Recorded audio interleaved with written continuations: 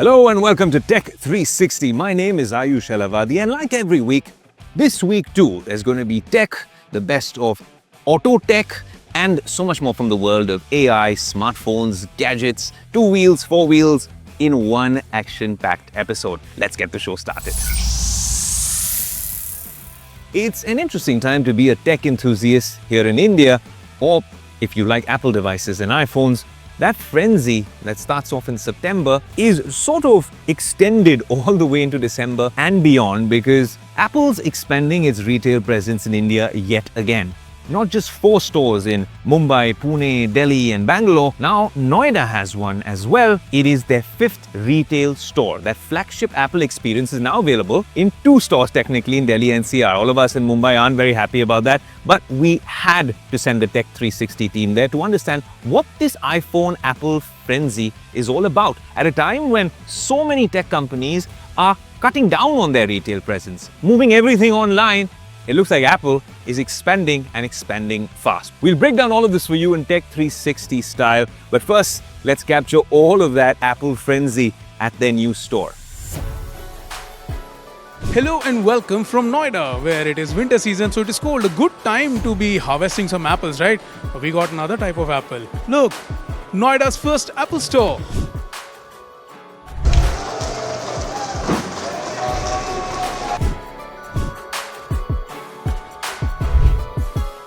What is an official Apple store? An official Apple store is your doorway to officially look at what everything Apple makes officially. I'm using officially too much because this is the place where you know everything here is original. So for example, if you look over there, those are original AirPods. That's an original AirPod Max. There's an original Apple Music station. Those are original HomePod stations. Similarly, Beats by Apple. All of those, they are Beats by Apple products right there. Same goes for the iPad station, same goes for the Mac station. By the way, there's M5 series also on display here in various configurations. Then you have the iMacs and you even have the Apple TV Plus ecosystem here on display. Again, focusing on the same thing. If you want real hands-on experience with these devices from people who've been trained by Apple on how to run these, on how to troubleshoot these, on how to help you understand how these products help you, then this is the place to be if you are in Noida. Of course, this is the 5th store, remember.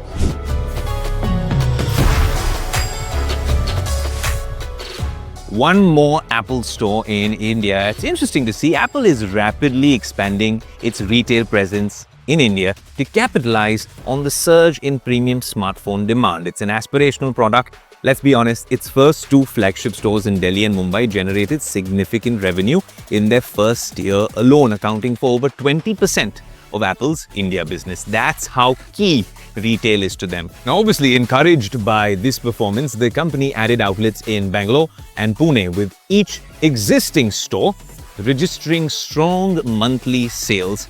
Clear evidence that physical retail is not just a branding exercise, but a powerful revenue engine for any tech company. With this Noida store, Apple is extending its footprint even further. Now, let's put this into perspective. India has emerged as Apple's fastest growing major market. In 2025, Apple secured a 28.5% value share of the total smartphone market in the first quarter.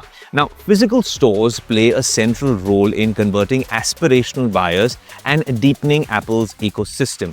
Apple's retail stores help customers experience devices firsthand, evaluate accessories, and subscribe to services such as iCloud and Apple Music. This retail strategy aligns with the tech company's widening manufacturing base in India, which now, by the way, contributes meaningfully and in a big proportion to global production and supports a large workforce across factories, supply chains, and stores. With strong store performance, rising premium demand, and deeper local production capabilities, India has evolved from a promising growth opportunity into a critical pillar of Apple's global strategy. I mean, think about it. If you're spending nearly 1.3, 1.4 lakhs on the latest iPhone, you're going to want to go and experience it. Maybe go up to the Genius Bar if you have any issues with your existing devices. And that's where the Apple retail strategy works. If you want that aspirational product and want to understand how to finance it, how to trade in, you want that premium experience. In fact, even other smartphone makers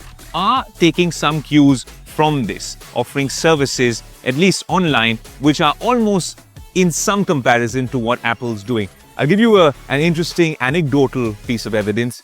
This is a cover by Daily Objects, right? You snap it on to this device, and even now at Apple BKC in Mumbai, not too far away from where we're shooting, you'll see that they have a Daily Objects pop-up over there. Similar story, wherever Daily Objects opens their store, you pick up your iPhone, and these guys specialize in Apple accessories. You're going to go and pick up one of these accessories. I'm just telling you that even a secondary or a tertiary business is doing well by being in the proximity of an Apple store. That's how strong the momentum is. That's how strong the India retail story is.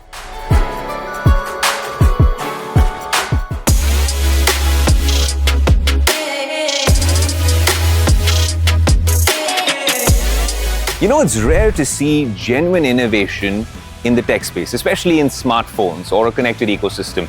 And then to deliver that innovation at a good price and also be an aspirational brand is unheard of over the last few years, except for one brand, Nothing. And I've honestly been very curious about what they're launching. CMF was probably the best budget ecosystem that we have seen in tech for the last few years. But now it seems a little bit like a crisis, or an identity crisis, shall we say? Because the newly launched Nothing Phone 3A Lite feels less like a strategic launch product and more like a brand identity crisis. I'll tell you why, I will explain, but first, here are the specs of this new launch. Today, we're looking at the newly announced Phone 3A Lite from Nothing. A smartphone that aims to bring premium design from the flagship Nothing Phone 3 and core features into what could be its most affordable offering yet, excluding the CMF lineup, of course. The smartphone sports a glass back, a rare feature at this price point, along with the signature transparent aesthetic Nothing is known for. Panda glass on both sides and an IP54 rating as well. The display is a 6.77-inch AMOLED panel with Full HD Plus resolution and a 120Hz adaptive refresh rate. Photography is powered by a 50-megapixel main camera. There is also a 16-megapixel front camera and support for 4K video capture. Here are some of the shots for your reference. You be the judge how good or bad it really is. This smartphone uses MediaTek's Dimensity 7300 Pro SoC with liquid cooling.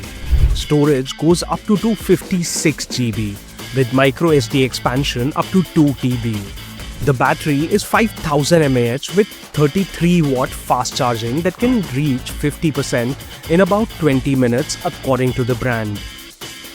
The Phone 3A Lite ships with Nothing OS 3.5 based on Android 15. Nothing promises 3 years of major OS updates and 6 years of security patches. Look, in the world of tech, Nothing is a relatively young brand, and we're all very appreciative of the fact that they built their reputation on distinctiveness, minimalistic design, confident positioning, and a sense of purpose behind every device, every launch. This phone, however, drags the core brand into the same entry-level territory that CMF by Nothing, their own brand, was specifically created to address, instantly diluting what made Nothing aspirational in the first place. Instead of expanding its audience, Nothing has sort of blurred the boundaries with this particular launch, the boundaries that once defined it. The biggest casualty here is a brand that we love so dearly, CMF. The sub-brand existed so that Nothing wouldn't have to really get into the cheap category, chasing volume. CMF was the accessible, playful, lower cost, DIY sort of extension. Its entire purpose was to protect Nothing from exactly this type of market positioning. But when the Phone 3A Lite brings Nothing's recognizable design cues and transparent aesthetic into the same price bracket CMF was meant to own, CMF stops being a strategic layer and starts looking like an unnecessary duplicate. Here on Tech360, it's our job to genuinely tell you what a device is like, how you can make an informed purchase decision. And given the pricing of this new Phone 3A Lite and where CMF comes from and all the fun that you can have on CMF by Nothing, We are confused, but it's our job to give you the right information. I think the CMF device is way cooler in terms of what it stands for, but they need to define, the brand largely needs to define what the purpose is for these sub-brands. Give us that clear message. This phone may be inexpensive, but the brand vision has never been more confusing for all of us tech enthusiasts. Well, it seems like it is time for a short commercial break. I might get a quick workout in and see you on the other side because you need to be charged up, warmed up for what we're bringing you in the second half of the show.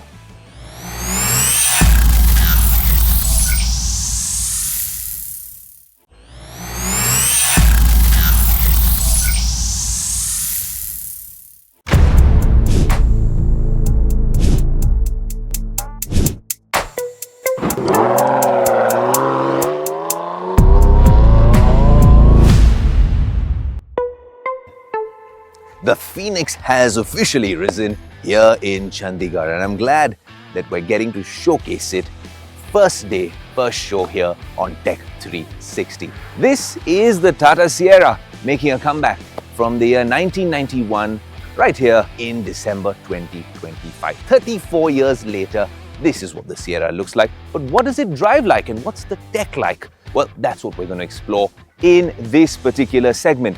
Now, let me tell you, there's three options with the Tata Sierra. The electric's not out yet. Maybe in a few months we'll have some updates there. But this is the 1.5 litre turbo petrol. There's also a 1.5 litre naturally aspirated engine. A lot of tech here. This is that signature color, Andaman Adventure, yellow looking, electric and amazing. The tech is similar in the 1.5 litre turbo diesel Tata Sierra. We have it in the red over here. We'll drive both cars, tell you what the drive experience is like, what the tech is like. Do either of them or both of them pass the tech check? There's so much to unpack. Let's get this show started.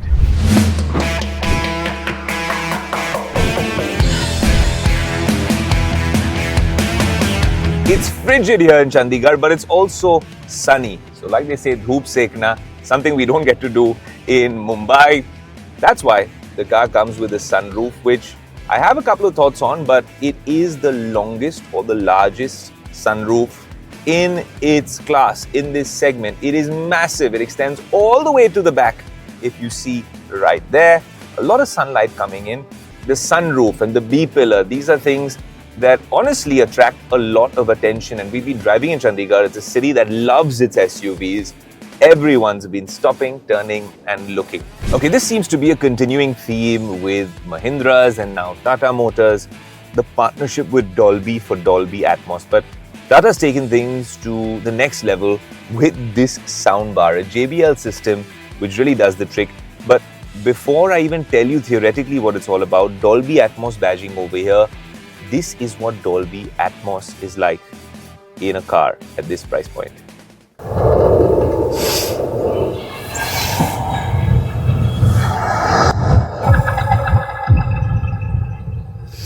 Now that's what Dolby Atmos with Immersive Theatre Pro, a soundbar right here. It's a 12-speaker JBL system, which honestly feels like there's an orchestra or a live performance happening within the car. This is the horizontal view triple screen infotainment experience, which obviously comes with Theatre Pro that consists of the first in industry soundbar, which is part of this whole 12 JBL black speaker system, Dolby Atmos 5.1 and 18 JBL modes. Now, a lot of this is because of the refined materials that they've used. And if you're talking about the materials, not only about the sound, there's a lot of soft touch. It's a very, very, very premium feel inside the Tata Sierra. Obviously, a very different approach from 1991 when we were growing up, and the Sierra was this sort of rugged performer. But over here, it can do a lot of that stuff. It's very capable with these powerful engines, but it's also full of tech. And this horizontal triple screen layout is only in the top trims, but it gives it an even more premium feel. Then you also have the air purification mode, which if you see outside, the AQI right now is somewhere around, on my Apple Watch is reading 205 and above in this part of Chandigarh, which is a lot higher than even Mumbai. And the AQI here is somewhere between 4 and 8. And we've kept air purification on for the last few minutes to see if this actually works. The proof is in the pudding. Let's put the windows down and see how effective this is. The windows are down, and from 4, we're looking at the cabin purification now. How much does the AQI go up in maybe a minute? It's already gone up to 8. There you go, it's slowly climbing up. Actually pretty fast now. But I've noticed that when it's purifying, the value goes down very fast. It takes some time, maybe for the values or the sensors to really catch what's happening. But it's a matter of maybe 30-40 seconds. And there you go. It's like it was almost listening to me. Sad but true. It's already crossed 100 within a matter of 40 or 50 seconds. That gives you some perspective in terms of the kind and the quality of air that we are breathing. The PM 2.5, the PM 10 particles, stuff that just stays in your lungs. And I've closed the windows to abate this sort of rise, but I feel like a lot of that has already come in, so the air purification will need to take its time. A very nifty feature.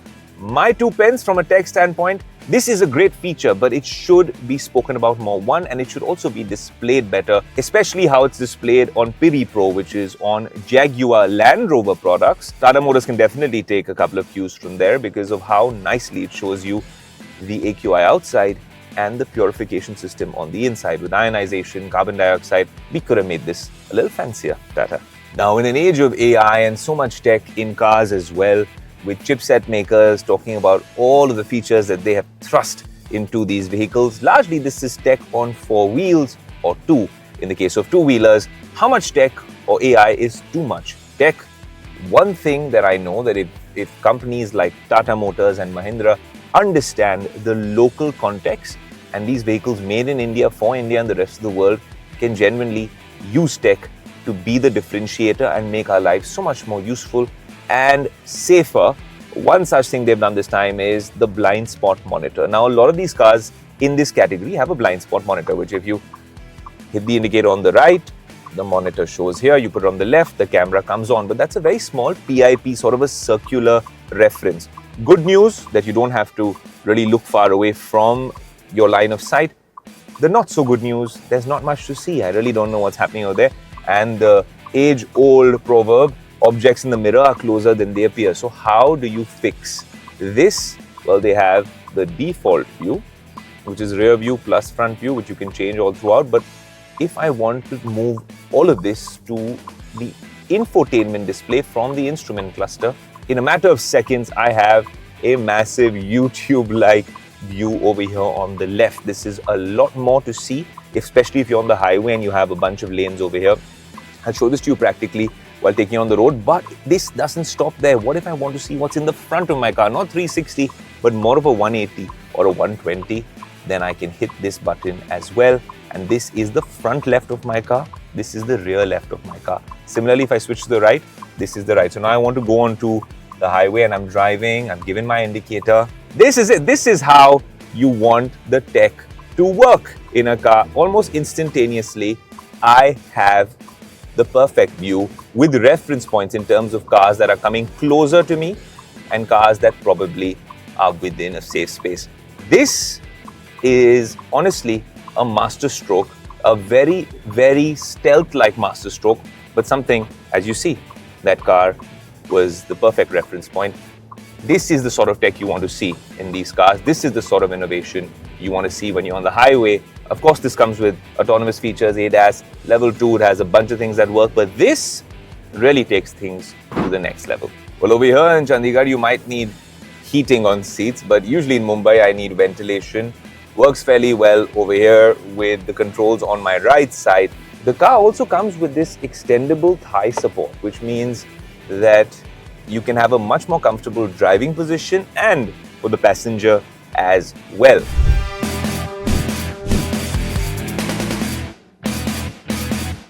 Well, there you go, your first look, your impressions, review, whether it's a true bang for your buck.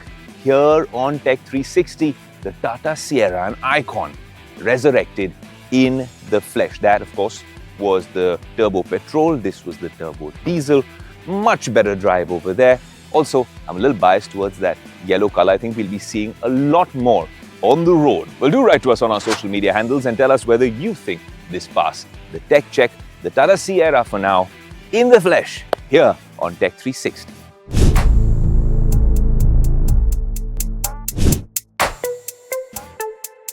You know, in the world of technology, you can have a good product or a service, but unless you know how to bring it or take it to market and build the right audience or the community, it makes no sense. So here, in the spirit of being a good startup and a good content production team on Tech360, we want to come to you, the Tech360 community, and get your questions answered. And the first question is from Tanya, who asks, why should people buy the Pro subscription for AI platforms? Tanya, this is an interesting question.